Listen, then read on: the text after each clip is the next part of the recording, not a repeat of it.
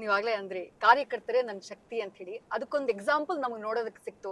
ಇಷ್ಟು ಪ್ರಚಾರ, ಇಷ್ಟು ಬಿಡುವಿಲ್ಲದ ಒಂದು ನಿಮ್ಮ ಸ್ಕೆಡ್ಯೂಲ್ ನಲ್ಲಿ JSS ಹಾಸ್ಪಿಟಲ್ಗೆ ಹೋಗ್ತೀರಿ, ಅಲ್ಲಿ ಆ ಕೊಡಗಿನ ಬಿಜೆಪಿ ಕಾರ್ಯಕರ್ತ ಅವ್ರು ಹಾಸ್ಪಿಟಲೈಸ್ ಆಗಿದ್ದಾರೆ, ಅವ್ರನ್ನ ಮಾತನಾಡಿಸ್ತೀರಿ. ಒಳಗಡೆ ನಾವು ಬರೋದಕ್ಕಾಗಿಲ್ಲ, ಬಟ್ ವಿಡಿಯೋ ನಮ್ಗೆ ಸಿಕ್ತು. ಅವ್ರು ನಿಮಗ್ ಕೇಳ್ತಾರಂತೆ ಹುಷಾರಾಗಿರಿ, ಜಾಗೃತಿಯಾಗಿರಿ ಅಂತ ಹೇಳ್ತಾರಂತೆ. ಏನ್ ಅನ್ನಿಸ್ತು ಸರ್ ಆ ಮೂಮೆಂಟ್? ಚಂದ್ರರಾಜ್ ಅವರು ಮೂಲತಃ ಮಡಿಕೇರಿ ಭಾಗದವರು, ಬಟ್ ಪೂರಾ ಕತ್ತಿಗೆ ಪೆಟ್ಟಾಗಿ ಟೋಟ್ಲಿ ಬೆಡ್ ರಿಡನ್ ICU ಇದ್ದಾನೆ.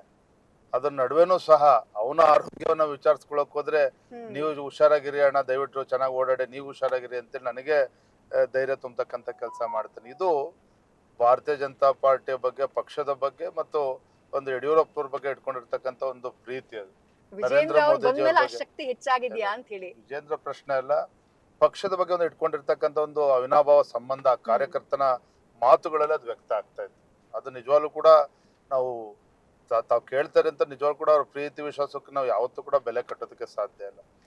ಅಷ್ಟು ನೋವು ಅನುಭವಿಸ್ತಾ ಇದ್ದಾನೆ, ಅಲ್ಲಿ ಡ್ರಿಪ್ ಹಾಕಿದ್ದಾರೆ, ನೋವು ಅನುಭವಿಸ್ತಾರೆ, ಇಂಜೆಕ್ಷನ್ ಕೊಡ್ತಾರೆ ಮತ್ತೊಂದ್ ಕಡೆ ಡಾಕ್ಟರ್ಸ್.